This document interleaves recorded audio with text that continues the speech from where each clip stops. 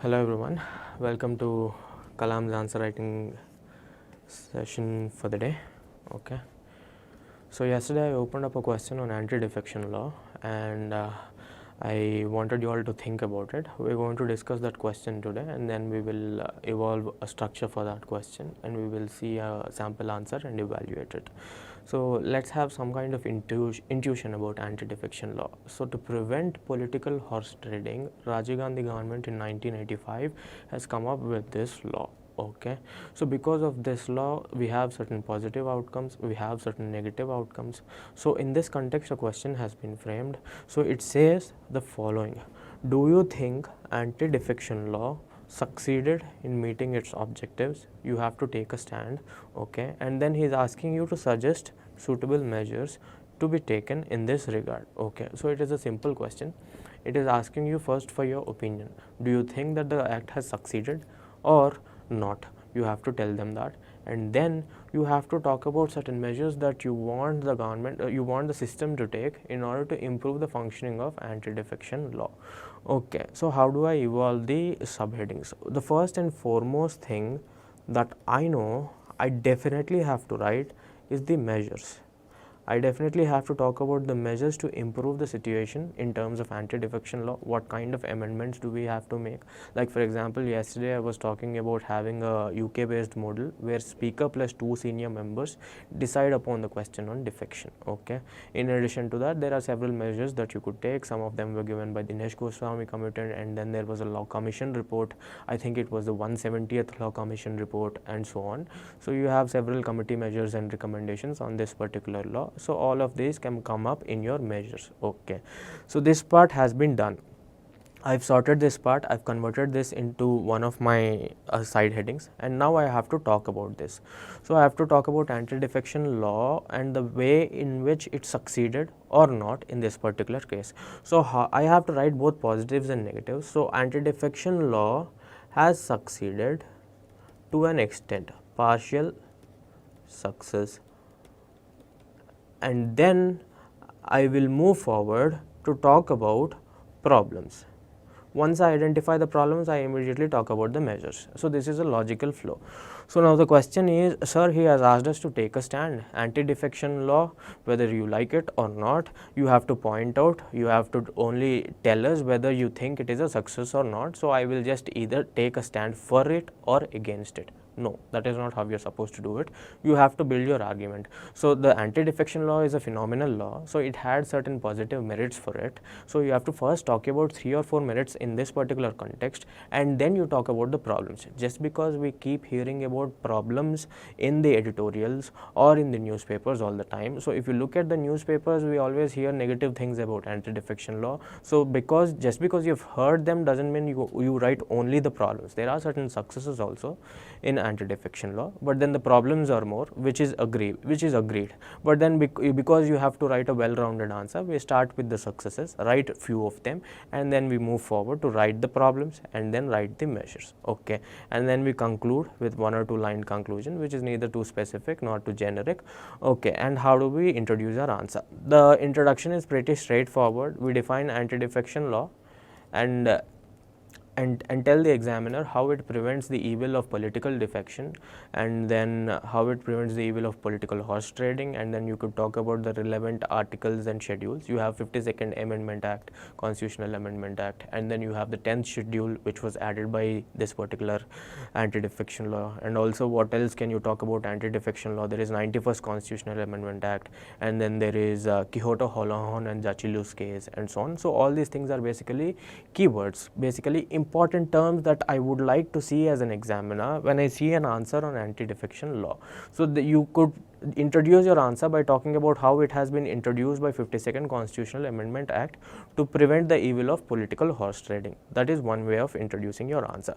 The second way of introducing your answer is to talk about the current affairs issue. Like some time ago, there was a defection in Andhra Pradesh Assembly, and then in this Andhra Pradesh Assembly, and then there was defection in TSR Assembly, and now we see that in Karnataka and so on. So you could talk about these examples, and then you could set some context context to talk about anti-defection law. That is one way to do it. But I would suggest this approach, the definitional approach, because in this you are able to put out certain schedules and acts and certain numbers you are able to put out, and this shows that you have some depth, some conceptual and factual depth. So I would prefer that. And in addition to this, what else can be done to enrich my answer? See, these three things are really mandatory because he's asking you to do it. The measures he has asked, the problems and the partial success he has asked. So what else can be done to enrich my answer? You could talk about the provisions of anti-defection law very briefly, and then you could talk about this and then move forward and finally finish your answer. Now the point is that you have given me 4 subheadings and then I have to write an introduction and conclusion. How will I be able to balance all these things in my actual time frame? Well, that is the trick. That is what practice gives you, which is why I'm asking you to practice evolving these structures, practice writing answers in the definite time frame, because when you do that, you know that you can only spend less time on this particular area and spend more time on this particular area. So I want you to understand this kind of dynamic in your answer writing. Okay, so if the question is, do I have to write about this at all? Well, it's important that you write about it because anti-defection law is something most of us know about. Anti-defection law is like poverty in economy. Poverty के लिए कितना सारा measures है, बहुत सारे measures है. Similarly, when you talk about anti-defection law, people tell you so many facts about anti-defection law, so many opinions about anti-defection law. So in order to stand out in questions like these where there is density of content with most people, you have to do some kind of innovation, or you have to just put in as much content as possible. So when ultimately content is the king. So when you show the content, when you show the logical flow, he is going to give you the answer. Your answer will stand out. So this is going to be a well-rounded structure to your answer. Now we will move forward and evaluate a sample answer. Okay, let's see what the sample answer is. So I've written, so the question has been written today because there was no power as such, so we had to write the question here. It's the same question, by the way. Do you think anti-defection law succeeded in its intended objectives, and so on and so forth? So this is the introduction. How does he start the introduction? The anti-defection law was passed by 52nd Constitutional Amendment Act, which added 10th schedule of the Constitution. Its aim was to curb the evil of political horse trading and defection. Horse trading and the defection. Okay. So this is a good introduction. He gave you the essence of the anti-defection law, and then he pointed out the relevant amendment and the schedules of the anti-defection law. That is a good introduction. And then he is giving you the provisions of anti-defection law. So this is what I was talking about. This is a value addition. Okay, so he is giving you the provisions of anti-defection law. What are the criteria under which you get disqualified? 1, you have to give up your membership. 2, you don't follow your whip. And there are certain conditions for a nominated member which are different from the conditions for an independent member, which he has written. Now, if he gives up his membership, first thing. If he votes against party decision, second thing. If independent joins after party after elections, the third point. And then if you're a nominated member and then you join the party after 6 months. So this basically tells you that if you are a nominated member, you're supposed to join a party within 6 months, in less than 6 months. Anyway, so these are the provisions of the anti-defection law. So I want you to see how he has written so much of content in such a small space. He has congested everything in such a small space, and it is not looking cumbersome, not cluttered as such. This has been beautifully written. So he has laid down a solid ground for his arguments by building up the facts of the case. Now let's see what his arguments are. So he is talking about partially succeeded in meeting its objectives. He's telling you now that it has had certain positive impact, like it provided stability to governments because people cannot move from one party to another now at ease. And secondly, it promoted party discipline, and then it ensured loyalty of the candidate to the party. Okay, so because he cannot switch parties so easily, he's staying in the same party, so it is ensuring the loyalty of the candidate to the party, which means that it is also ensuring the loyalty of the candidate to his constituency, because he told his constituency that I am going to contest the election on so and so party's ticket. So if I move from this party to another party for my benefit, it is not a good thing. So by staying in this party because of anti-defection law, I am basically being loyal to not just the party but also the constituency. Okay, so that is an important logic. And then it says there is facilitated democratic realignment of parties through mergers. So this is a sweet way of putting things. So पहले क्या होता था, there used to be the provision of split, and then the provision of split has been removed, and then you have the only exception, for one or two exceptions are there. So one of the exceptions for anti-defection law now is the provision of mergers. So by having these mergers, whatever realignment that happens in the government, it is happening through democratic realignment. So these are basically keywords, sweet usage of words to in controversial issues. Merger is basically a sensitive topic, and he is using this word to basically sensitize this idea of mergers, and is telling you that it is one of the successes. And then it also says because people are not moving so easily between parties, and then there is no corruption, overall expenditure is decreased. So these are the positives of anti-defection law. So he has given 5 positives, out of which at least 3 or 4 of them are really solid points. So this is impressive so far. He has started out by laying a solid base for the answer, for the arguments of his answer. Then he has given me certain arguments about the successes of his of this anti-defection law. Now what I would like to see is the problems in this, and then I would like to see a way forward. In the way forward, I would like to see solid committee recommendations, law commission recommendations, and if there are any international examples, if all these things are there in my answer, this is going to be the best answer. Okay, so we will see what this person has done. Yeah, so yes, but there are issues. Curbed democratic dissent within the parties, because you cannot switch between parties, there is no democratic dissent.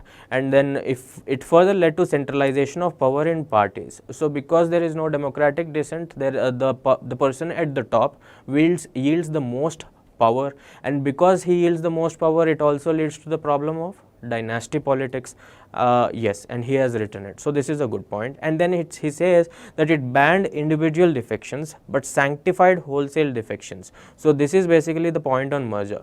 Individual defections are banned by anti-defection law. We have seen the provisions of anti-defection law in which you talk about nominated member, independent member, and how you cannot go against the whip and so on.